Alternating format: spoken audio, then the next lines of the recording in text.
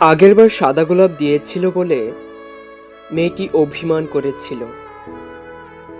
তার নাকি লাল গোলাপ পছন্দ। মুখ বাঁকিয়ে বলেছিল, আমার লাল গোলাপই চাই। ছেলেটা এবার হন্য হয়ে লাল গোলাপ খুঁজছে।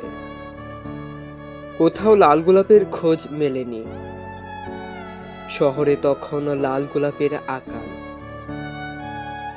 শেষ স্তক না পেয়ে ছেলেটা যখন সাদা গোলাপ নিয়ে ফিরছিল, তখন আর সেগুলো সাদা থাকেনি, টকটকে লাল গোলাপে পরিণত হয়েছিল। রক্ত আর গোলাপের মিলমিশে সেখান থেকে এক অদ্ভুত ঘ্রাণ বের হচ্ছিল।